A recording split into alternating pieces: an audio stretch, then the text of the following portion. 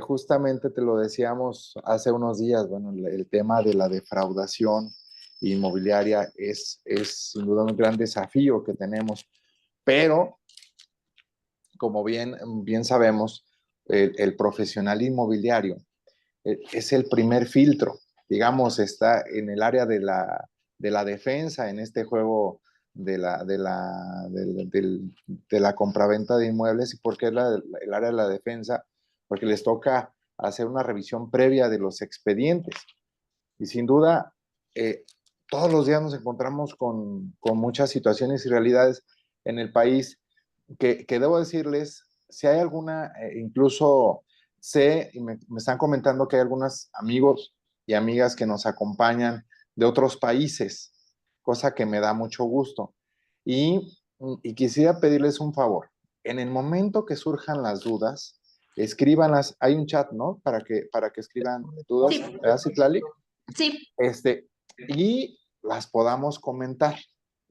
Ahora, ¿por qué? Porque vale la pena que si están surgiendo dudas en el momento que estamos platicando, las compartamos. Porque a fin de cuentas, la idea es aprender todos de todos. Sin duda, en esta red de amigos profesionales seguramente hay muchas historias, muchas anécdotas que nos pueden servir de experiencia, porque bueno, vemos desafortunadamente que día a día estas personas que abusan de los demás utilizan cada vez técnicas más sofisticadas.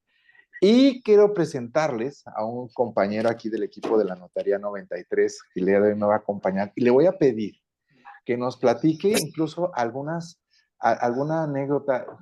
Estábamos recordando con Cristian Vázquez, aquí compañero, de un día que llegaron unos coreanos muy simpáticos a la notaría. Platícanos, Cristian, bienvenido. Para arrancar, una de las anécdotas que tuvimos en la notaría, se dio el caso de unos coreanos que hace algunos años me tocó atender. Entonces se presentaron, pues obviamente con toda su documentación de extranjeros. Eh, Resulta que me presentaban pues todo lo relativo a migración, su credencial de residente permanente y pues nada más sus pasaportes, todo lo relativo a su nacionalidad coreana. Pasaron algunos años, regresan a hacer unos trámites y la sorpresa fue que se identificaban como mexicanos. Resulta que me presentaban un INE, me presentaban un acta de nacimiento en la cual decía que había nacido en la Ciudad de México, por decir un ejemplo, que su abuela era María Pérez, José López, y me presentaban una constancia de citación fiscal, me presentaban absolutamente toda su documentación como si fueran mexicanos.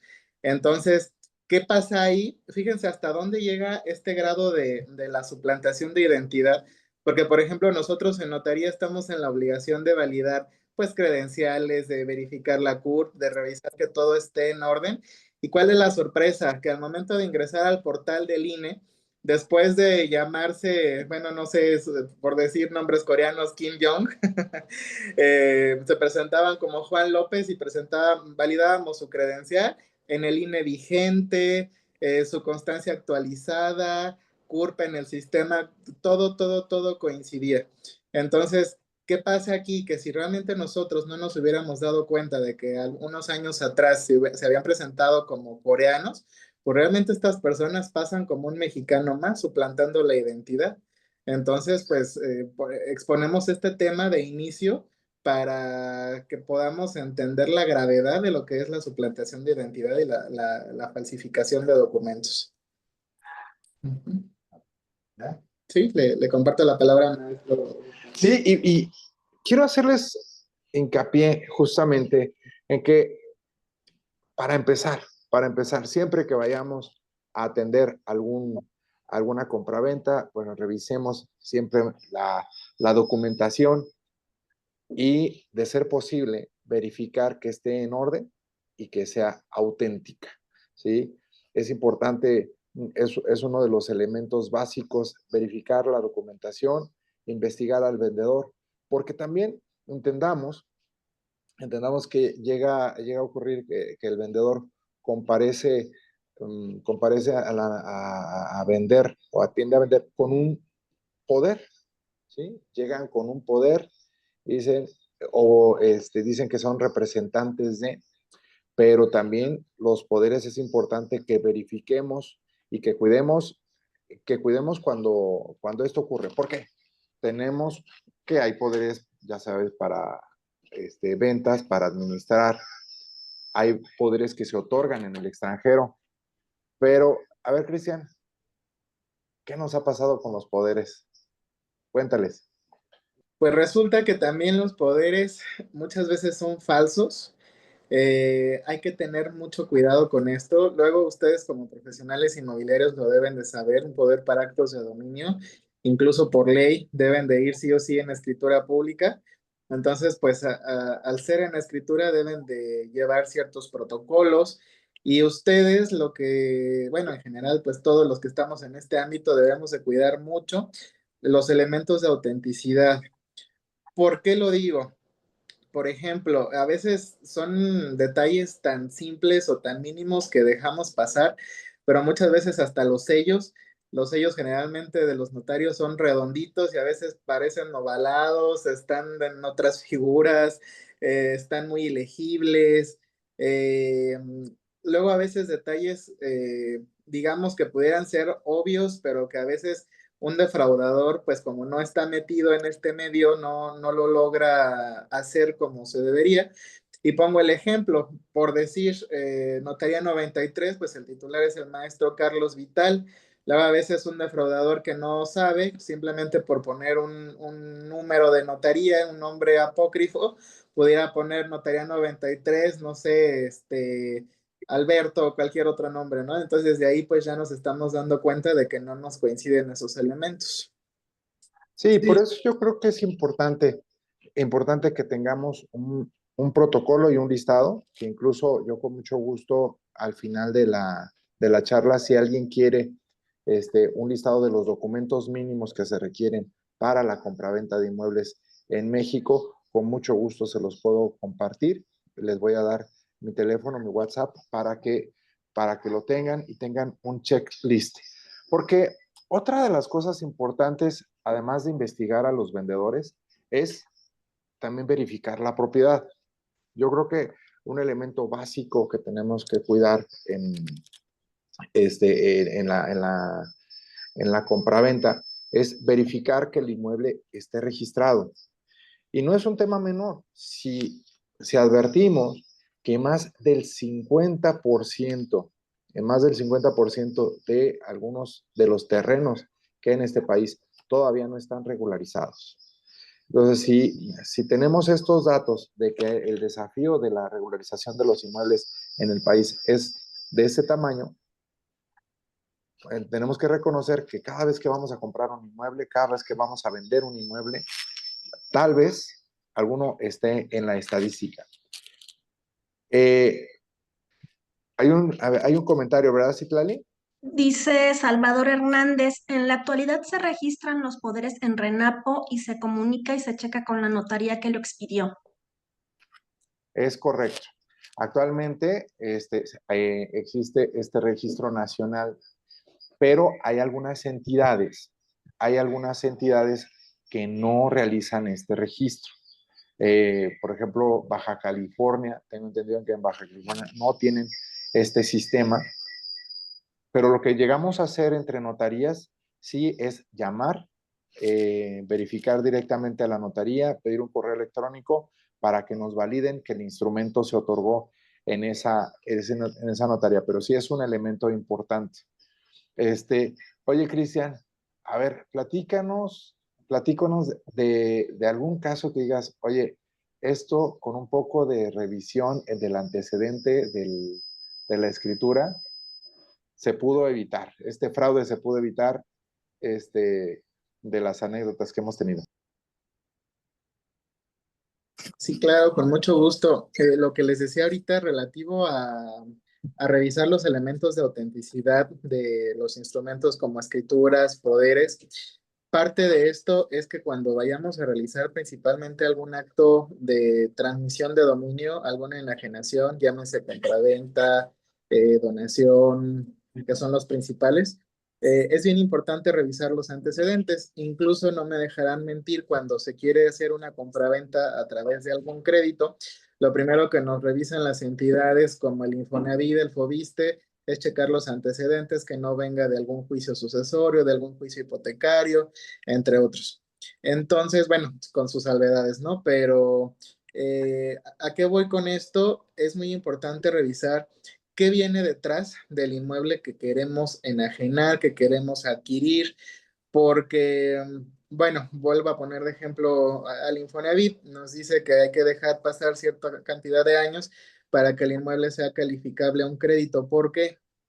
Generalmente esto atiende a que si hay alguna controversia, voy a poner de ejemplo un juicio sucesorio, hay alguna controversia con los herederos, después promueven algún amparo o alguna situación que echar abajo incluso esta escritura, pues la situación jurídica del inmueble se vuelve más compleja. Entonces, todo esto lo saco a colación en cuestión de prevenir fraudes inmobiliarios porque nosotros al momento en el que estamos revisando una escritura, hay que ver los antecedentes y de ahí partimos de muchas cosas, ¿no? Desde cuándo se adquirió, incluso qué notario realizó la escritura. Sabemos que hay algunas notarías con mejor reputación que otras. Entonces, cuando nos genera algún tipo de desconfianza, siempre tenemos que partir del antecedente para ver qué tan viable es o no realizar la operación que tenemos en puerta. Sí, incluso yo quiero decir otro tema importante en relación a los poderes. Nos vamos a encontrar con poderes que son otorgados en el extranjero. También en el caso de los poderes que son otorgados en el extranjero, es importante que cuidemos que estén validados. También a través de la comunicación que hay con las embajadas y los consulados, hay la posibilidad de validar que este instrumento esté en orden y que sí se haya otorgado en esta oficina, en este consulado. Entonces, los poderes que se otorgan en el extranjero también es importante que los revisemos y los validemos. Ahora, otro tema que nos puede ayudar a reducir la posibilidad de un fraude inmobiliario es utilizar métodos de pago seguros. El utilizar métodos de pago seguros, yo creo que es una oportunidad que tenemos, incluso que nos marca la ley en México. El tema del uso, la limitación del uso de efectivo, el pagar con transferencia, el pagar con un cheque. No por nada, yo creo que tenemos esta disposición desde el 2013, donde la ley inmobiliaria, y la ley de prevención del lavado de dinero nos establece estas limitaciones y nos prevé estos mecanismos justamente como una herramienta, como una opción que vamos a tener para, eh, para reducir la posibilidad. Porque a la hora de incluso yo quiero decirlo, a veces vemos ofertas muy atractivas y el gancho que se puede llegar a utilizar con estas ofertas son los anticipos. Cuidemos los anticipos, cuidemos cómo hacemos los anticipos, cuidemos incluso la importancia de realizar algún contrato preparatorio para cuidar el tema del anticipo y cuidar esta aportación que algunas personas hacen. Porque si bien hay que decirlo, incluso a veces, aunque ya tienes el contrato elaborado, algunas personas se retractan de realizar la operación. Bueno, esta es una, pero ya con el contrato elaborado, sí tienes la oportunidad, bueno, por lo menos a la persona que se sienta afectada, bueno, de reclamar, en su caso, la reparación del daño o la devolución del pago del anticipo, del depósito, con la penalización que se haya convenido. Pero yo creo que es importante cuidar mucho el tema de los anticipos, sí, y siempre que se hagan los anticipos, bueno, verifiquemos el tema de la propiedad, porque algunas personas incluso dicen que son dueños, pero en realidad no lo son. ¿Sí? Incluso con las herencias, ¿no, Cristian? Con las herencias nos ha llegado a pesar, que piensan que por el hecho de aparecer, de ser nombrados en un testamento, ya son dueños. ¿No es cierto? ¿No te acuerdas de algún caso? Cuéntales. Sí, de hecho, esto es parte también de entender un poco más el mundo inmobiliario, el mundo jurídico, porque luego, a ver, algo bien importante para la explicación. El testamento produce efectos hasta después de la muerte. Entonces, me voy a poner de ejemplo personal, yo tengo un inmueble, pero voy a nombrar a mi hermano como heredero y él se entera, entonces probablemente él que desconoce, cree que ya por el hecho de estar nombrado en el testamento, ya con eso quiere vender. Pues obviamente no, el inmueble sigue siendo mío, yo aún vivo, eso es hasta que yo falte. Y de ahí, no por el simple hecho de que yo ya faltara, ya se convierte en dueño automáticamente, porque algo muy común en estas operaciones inmobiliarias, cuando estamos en temas de herencias, es que dicen las personas, o incluso adelantándome un poquito más, es que el juez ya me nombró en la sentencia, yo ya soy heredero legalmente reconocido. Sí, eso es totalmente cierto, pero ¿qué pasa? Que de ahí las personas ya quieren vender directamente a su comprador. Entonces este paso no nos lo podemos saltar porque primero se tienen que adjudicar los herederos mediante alguna escritura pública para de ahí enajenar. Entonces, también tenemos que revisar mucho estas cuestiones si quien está vendiendo efectivamente ya tiene las facultades, ya tiene el derecho de vender el inmueble, o si todavía hay que solucionar algún paso, o si definitivamente no tiene el derecho para vender. Eso ya es bien común, pero es bien delicado. Sí. Incluso quiero puntualizar otra, otra circunstancia que es un poco más, digamos, psicológica, pero además, pero quiero decir, ustedes son expertos también en temas de psicología y mediación, pero platiquen con sus clientes, que no se dejen presionar. Es importante no dejarnos llevar por el ritmo que vaya a imponer una parte u otra. Yo creo que aquí lo más importante siempre lo más importante es ser prudentes, no dejar que la gente no se presione para tomar una decisión u otra. ¿Por qué? Porque normalmente en la prisa puede encontrarse el engaño, donde es que me tengo que ir, es que si no firmo ahorita ya no regreso en 3 años, es que, ¿por qué no? Yo creo que sí tenemos que ser prudentes antes de tomar una decisión, este, y siempre no dejarse arrastrar por el ritmo que quiera imponer la contraparte, porque digo, las ofertas por tiempo limitado, bueno, pueden existir, sí, pero sin duda el mercado inmobiliario es muy amplio. Otra recomendación, y creo que esta está muy atinada, siempre apóyate de un profesional inmobiliario que esté en COPIM, ¿no? Siempre asesórate de un profesional inmobiliario porque yo creo que es el tener un profesional inmobiliario de lado o incluso que una persona esté arropada por un grupo de profesionales inmobiliarios como ustedes, que tengan digamos, una persona que no tiene mucha experiencia, pero el hecho de que ya esté con ustedes le va a reducir las posibilidades de que caiga en una contingencia, porque eventualmente podemos encontrar muchas sorpresas, muchas sorpresas en las redes sociales, y luego algunas personas empiezan a dar mucha información, pero el que ya tiene experiencia, el que ya conoce el mercado, empieza a revisar y pide expediente y valida los documentos. Yo creo que un tema importante es que tienes la oportunidad, siempre hay la oportunidad de verificar la autenticidad de los documentos y la información que proporciona un vendedor, ¿no? ¿No nos ha pasado, Cristian? Sí, de hecho también, robusteciendo lo que dice el maestro Carlos Vital, una buena recomendación para los profesionales inmobiliarios sería que incluso desde el momento de que están celebrando cualquier tipo de contrato, procuren allegarse siempre del expediente completo de las partes. Por ejemplo, algo que hacemos ya aquí en las notarías es pedir una segunda identificación. Les vuelvo a poner el ejemplo de estos coreanos que les platicaba. Pues nosotros validamos el INE y en la plataforma vigente, CURP vigente, pero de qué otra forma podemos amarrar un poquito más que sí sea la persona con una segunda identificación, que tenga foto, que podamos acreditar que sí sea la persona portadora del INE, portadora del pasaporte, porque pues desafortunadamente tanto fraude nos ha llevado a ser desconfiados en esta materia, pero pues estamos expuestos a que cualquier situación nos pueda pasar.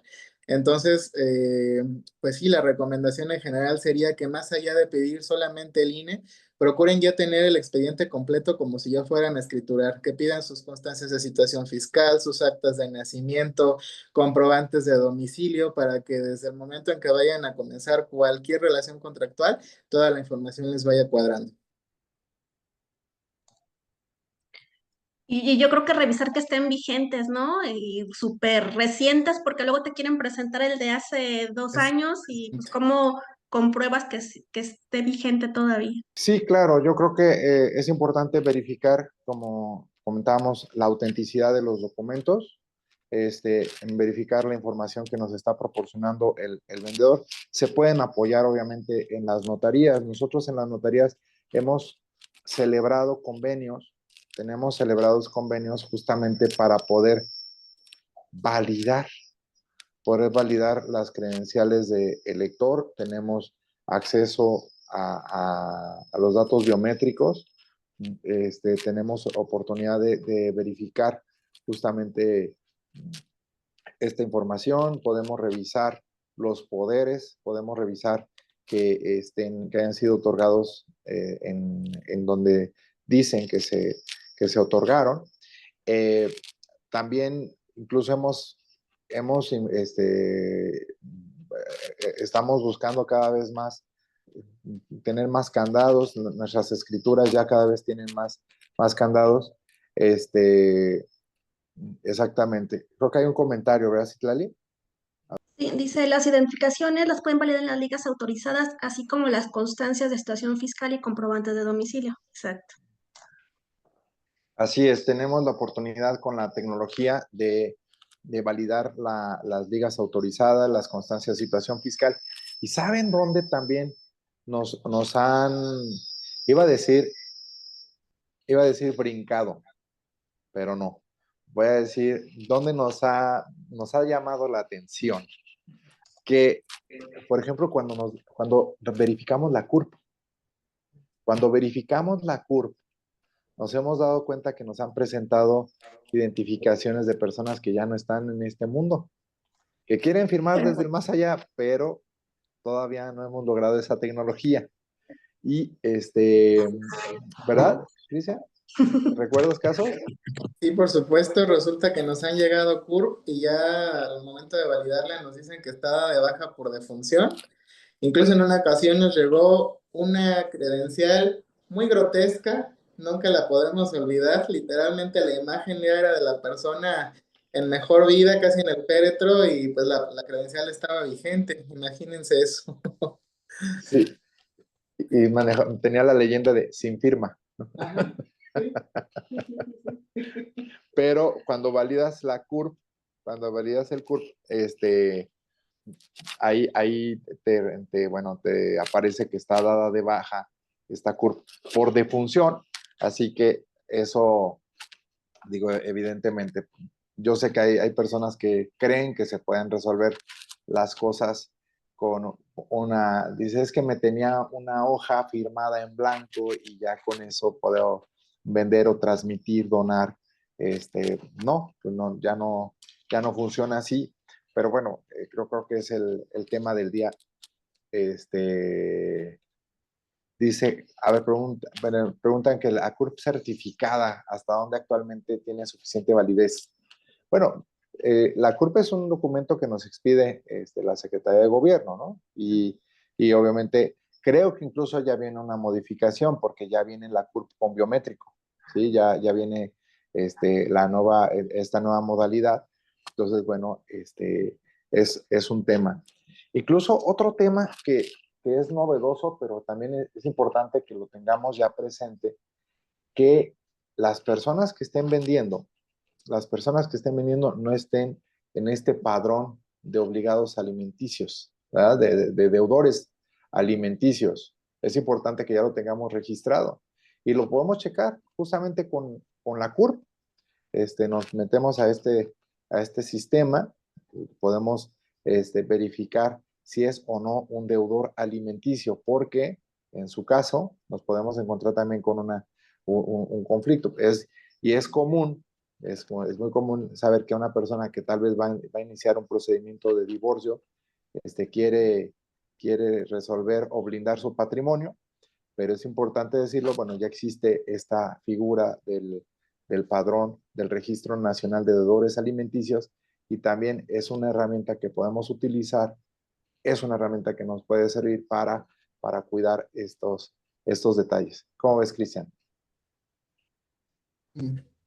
Sí, muy importante lo que nos comenta el notario porque pues ahora este nuevo padrón de deudores alimenticios pues se viene convirtiendo en un candado para no evadir responsabilidades. Pongo de ejemplo como si un inmueble tuviera un gravamen por X circunstancia, algún préstamo, alguna situación fiscal, laboral.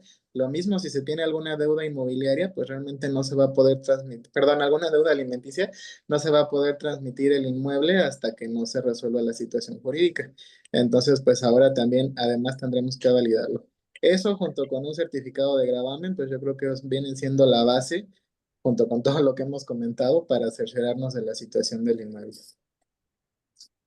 Sí, y es importante decir que este sistema, este Registro Nacional de Deudores Alimenticios, es público. Ustedes pueden buscarlo directamente y verificar con la CURP.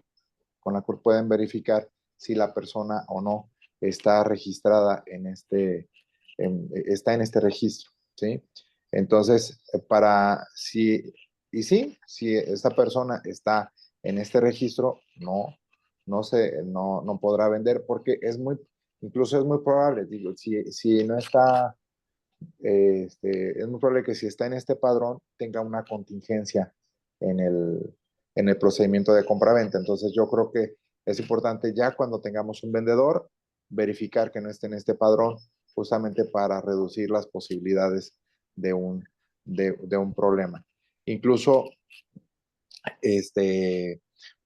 quiero decirles, bueno, que estas son algunas herramientas y recomendaciones que les doy de manera general, pero incluso en algunos estados, pues estoy hablando aquí en Michoacán, por ejemplo, sí hay la posibilidad de que haya anotaciones y nos aparecen estas anotaciones en el registro público de la propiedad, ¿no? Cuando solicitamos los certificados de libertad de gravamen, ¿no? Y te aparece si tiene una deuda de alimentos, si tiene una deuda mercantil, etc. Digo, es una herramienta, pero adicional podemos utilizar este padrón. ¿No, Cristian? Sí, por aquí creo que había otra pregunta. Decía, en caso de que el vendedor, el comprador está En en el el padrón. padrón. Bueno, pues realmente aquí el tema con el comprador no hay tanto conflicto porque él está adquiriendo, a fin de cuentas él está robusteciendo su patrimonio. Malo es cuando el vendedor quiere evadir alguna responsabilidad y que llega a pasar. Voy a poner ejemplos reales que digan, ay, es que yo por no pagar mi pensión alimenticia, lo voy a poner a nombre de mi hermano, a nombre de mi hermana, entonces a lo mejor hasta están simulando alguna venta con tal de evadir la responsabilidad, entonces pues ¿qué va a pasar? Que el vendedor no va a tener algo con qué enfrentar sus obligaciones. En el caso del comprador, pues aunque está en el padrón alimenticio, pues digo, a fin de cuentas, vendrá siendo en su beneficio o en su perjuicio, pero eso no le va a impedir adquirir algún inmueble. Sí, encontrar, lo que normalmente podemos encontrar como una imposibilidad para vender si es que un vendedor esté en este padrón. Si está en este padrón, sí, un vendedor está complicado, pero si es un comprador, no tiene mayor contingencia porque, bueno, a fin de cuentas, incluso va a incrementar el patrimonio. Incluso el patrimonio es como el elemento de garantía para el cumplimiento de las obligaciones alimenticias, así que no veo que haya algún problema con eso. Pero bueno, siguiendo con las recomendaciones, Sí es importante que, que cuidemos incluso las firmas. Las firmas, luego a veces en las firmas nos podemos dar cuenta si el trazo, digo, no se trata de ser peritos, pero sí hay rasgos evidentes, ¿no? Cuando se quieren, cuando hay temas de suplantación. Sí es importante que tengamos ese detalle de cuidar las firmas de las personas para que nos arrojen digo, como esta señales, ¿no? De que puede haber algún caso de suplantación, ¿no, Cristian? Eh, Sí, como bien menciona el notario, hay que tener mucho cuidado, pues yo creo que hasta con un poco de sentido común cuando alguien intenta falsificar una firma se ven los trazos ahí como nerviosos, como que las rayas no tienen la misma firmeza. Entonces siempre es bien importante, por ejemplo, si ustedes en sus respectivas inmobiliarias están celebrando algún contrato de compra-venta, que siempre puedan cotejar la firma de la identificación frente a lo que están poniendo en el contrato. Digo, ahora sí que mejor, mientras más precauciones podamos tomar, mucho mejor. Porque si vemos que el trazo no es lo mismo, que la firma está como ahí dudosa, media temblorosa, pues lo ideal sería o pedir que se repita o además poner la huella digital ahí en el contrato, algún otro elemento, incluso el nombre de puño y letra para poder acreditar que pues la persona que está firmando lo hizo tal cual y que después no puede argumentar que no fue o no lo hizo. Y bueno, como parte también de las recomendaciones, eh, bueno, les voy a platicar un poquito otra anécdota, cómo se pueden llegar a falsificar los documentos. Y de hecho, más allá de cualquier cuestión inmobiliaria, más bien a título personal, hay que ser muy cuidadosos con nuestros documentos, a quién se los damos, dónde los dejamos, incluso cuando extraviamos las identificaciones. Luego a veces es muy común que si entramos a algún fraccionamiento, dejamos el INE y se nos olvida recogerla y ya después quién sabe dónde quedó y a veces lo dejamos pasar por alto, ¿no? Pero ¿qué hacen estas personas fraudulentas? Pues si realmente nunca la reportamos o en el lapso que tardamos en hacerlo, lo único que hacen es alterar la foto y pues toda nuestra información sigue vigente, sigue activa. Entonces, si yo soy Juan López, nada más me cambiaron mi foto, pero siguen haciendo fechorías con la identificación. Y pues lo ideal cuando tenemos este tipo de situaciones es denunciar. ¿Y por qué es tan importante la denuncia, por ejemplo, en el caso de las INES? Regresando al tema de la validación de las credenciales. Nosotros en la notaría nos hemos llegado a encontrar con leyendas en la plataforma del INE que, por ejemplo, que los derechos políticos están suspendidos de las personas, ¿no? Y esto puede ocurrir cuando alguien está enfrentándose a algún procedimiento penal, que incluso te están detenidos, no sé, puede haber distintas circunstancias y que no pueden ejercer de momento sus derechos, pero resulta que su credencial está circulando y quieren hacer operaciones con eso y pues obviamente no se puede. Entonces, otra, como en general, la recomendación es cuidar mucho nuestros documentos y siempre, siempre, siempre, como ya se ha venido mencionando, validarlos para no encontrarnos con situaciones de esta naturaleza. Sí, claro. Entonces, bueno, si una persona, incluso en el tema de los deudores alimenticios, a ver, si una persona está en orden en sus obligaciones alimenticias y quiere vender, puede vender.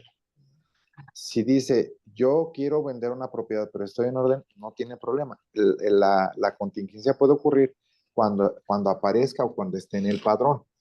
Por eso es un poquito la diferencia. Eh, en el tema, en el tema de la regularización de los bienes, sabemos que ahí también puede existir fraudes o puede existir algunos engaños. ¿Y dónde es común encontrártelos? Cuando dicen algunas personas que tienen o están en proceso de regularización de un inmueble, ¿sí? Está en proceso de regularización de un inmueble y hacen estos anuncios que se colocan en algunos lugares de donde hay mucho paso de gente y ofrecen ventas a plazos cómodos, mensualidades o semanales, plazos y con servicios o con regularización de temas de desarrollo urbano, de servicios públicos, etc., de manera progresiva, y que te ofrecen que, bueno, que posteriormente se realizará la escrituración. Entonces, ahí yo creo que estás ante un tema que desafortunadamente también es algo que se presenta en el país, que tenemos muchas situaciones donde hay algunas personas que compraron hace 15, 20 años, tienen solamente su contrato de compraventa con esta unión o asociación civil, eh, y eventualmente tienen la esperanza de que esto se regularice. Sin duda, eso es algo que también podemos ver, advertir. En el caso de Michoacán, una persona que haga una promesa de compraventa y no tenga los permisos correspondientes, se encuentra cometiendo un delito que se llama el delito al desarrollo urbano. Entonces, si una persona lo hace aquí en el estado, puede incurrir en esta circunstancia. Por eso es importante que cuando se venda un fraccionamiento ya cuente con los permisos correspondientes para realizar la notificación, etc., que marca la norma. Hay un comentario acerca de que si una persona se encuentra privada de su libertad o presa, puede vender o no, otorgar un poder. A ver, Cristian, ¿qué quieres comentarles al respecto? Sí, por ahí estaba leyendo la pregunta.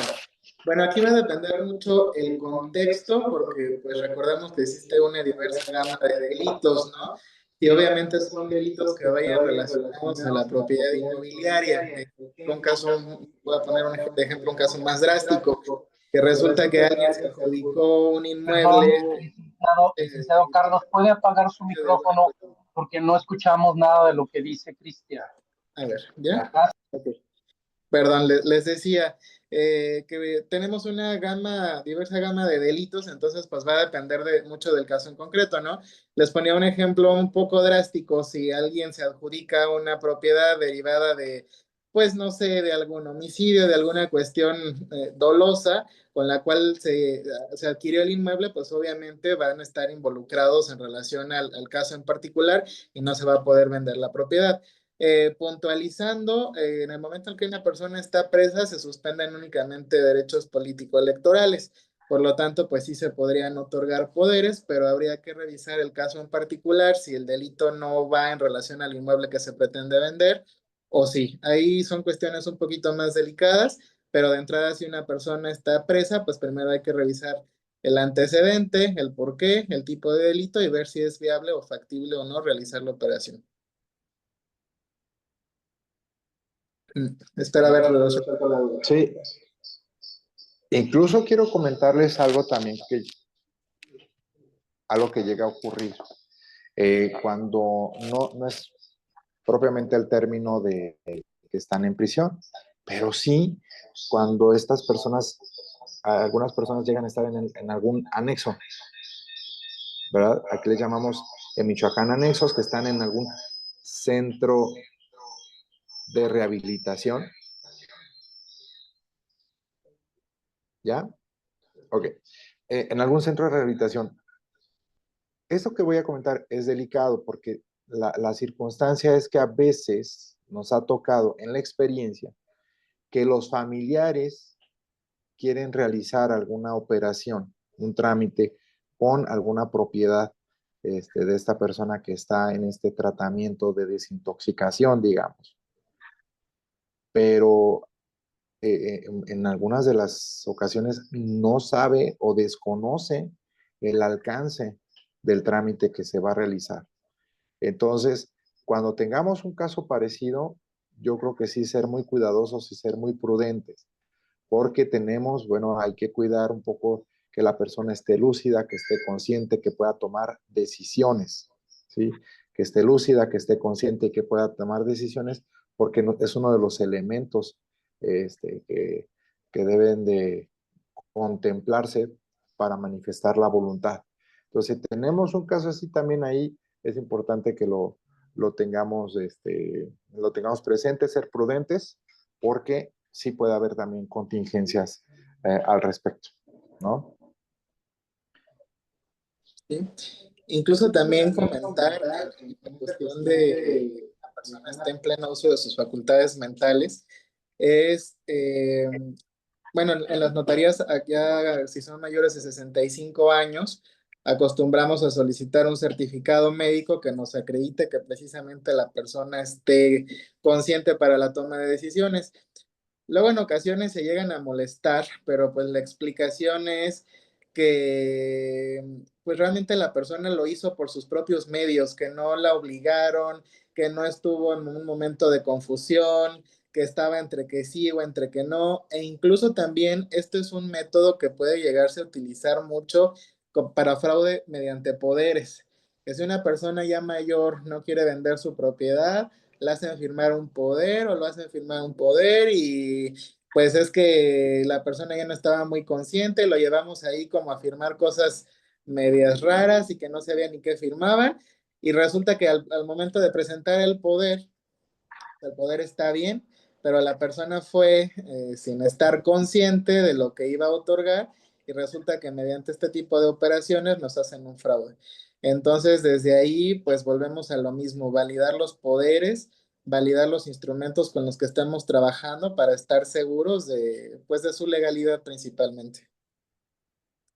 Preguntan, ¿estos certificados médicos deben ser forzosamente de instituciones públicas o pueden ser de médicos particulares? En general, bueno, contestando a la pregunta, puede ser de cualquier médico siempre y cuando tengan cédula profesional y con la misma estén autorizando el certificado. Y bueno, Sí, ya. bueno, ya incluso a manera de resumen, porque según lo que me marca mi reloj, tenemos unos minutos. Quiero hacer énfasis. Utilicemos la tecnología como una herramienta para aumentar la seguridad. Tenemos códigos QR, tenemos hologramas, sabemos que en las escrituras vamos a encontrar microimpresiones. Entonces, son algunos datos que nos pueden servir para ir detectando si el documento o no es fidedigno. Acudan, apóyense con un notario cuando vayan a hacer una operación para que empiece a validar la información, tanto la vigencia de las identificaciones, como de los propios, de la validez y o la certeza de que el documento sí fue emitido por quien dicen que lo realizó. En el caso de los poderes, validar los poderes cuando están estos poderes otorgados en el extranjero, bueno, que se verifiquen también ante el consulado, el que el cónsul, ese es un trámite que hacemos en las notarías y obviamente todo este tipo de medidas mínimas, además de, ¿sabes qué, Cristian? Eh, Amigos, la prudencia. Yo aquí lo que les recomendaría, seamos prudentes porque sabemos que estamos ante una situación que cada vez avanza más, pero que lo que nos puede ayudar es justamente estar en el cumplimiento de la norma, no dejarnos presionar por la prisa, ni dejarnos deslumbrar por algunas super ofertas, porque al fin de cuentas nosotros, los profesionales del área, vamos a seguir en el medio y tal vez el vendedor llegue y se vaya y ya no vuelva, no lo volvamos a encontrar y nosotros nos vamos a quedar con el problema. Yo creo que vale la pena siempre ser prudente para la realización de este tipo de trámites. Incluso aquí debo reconocer que las mujeres tienen una ventaja, el sexto sentido, esa intuición, esto de que dices, sabes que de repente cuando algo no te dice, sabes qué es que no me está checando, háganle caso también a veces a esta vocecita, ¿no, Cristian? El sexto, a veces todo nos está cuadrando, pero el sexto sentido nos dice, sabes qué, aguas con esto, y al final sí brinca algo, ¿no es cierto, Cristian? Sí, completamente, y algo que hemos platicado aquí en la notaría es que a veces el perfil del defraudador son las personas que parecen, lo voy a decir coloquialmente, que no rompen ni un plato, los más amables, los más carismáticos y el más buena onda, y resulta que detrás de ello viene todo el fraude, todo el problema, entonces hay que seguir la intuición, coincido con el notario. Incluso el tema de los certificados médicos. Eh, Hay que decir que cada legislación estatal cambia y puede haber diferentes disposiciones. Yo hago esta recomendación como una parte de robustecer el expediente, ¿sí? De que la persona que está firmando está lúcida, consciente y puede tomar decisiones. En el caso de qué especialista, bueno, es un médico con cédula profesional vigente, ¿sí? Con eso, incluso sé de algunos colegas que en algunos casos piden que el propio médico firme como testigo, y como testigo del acto, como parte también de darle consistencia al trámite. Pero bueno, yo creo que cada caso es diferente y se puede manejar. En el tema me preguntan de la firma electrónica en contratos y escrituras. Hay estados que ya lo tienen regulado y legislado. En el caso de Michoacán, todavía tenemos ahí algunos proyectos en el tema de la firma electrónica notarial.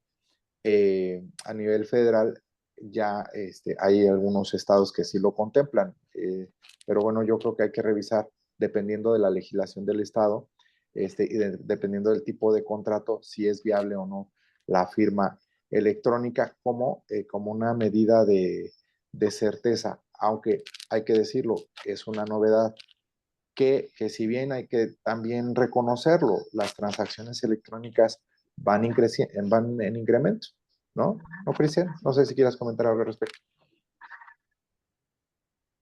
Sí, pues como comenta el notario, va a ser algo que tarde o temprano vamos a tener como una realidad en todo el país, pero pues precisamente hay que tener cuidado porque si de esta manera tradicional nos cometen este tipo de fraudes y suplantaciones, ahora imagínense con una firma electrónica, ¿no? Probablemente vamos a ver impreso en un documento el montón de caracteres, el montón de cadenas digitales, pero pues habrá que buscar los medios idóneos para validar si efectivamente esta firma es buena o no. Porque les pregunto, digo, si les llega algún contrato de una operación grande, ¿qué tan seguros se sentirían ustedes actualmente al aceptar una firma electrónica, ¿no? Entonces, yo creo que hay que ponderar, como bien dice el notario, en qué casos sí, en qué casos no, en qué legislaciones, y pues tratar de hacer las operaciones lo más seguro posible.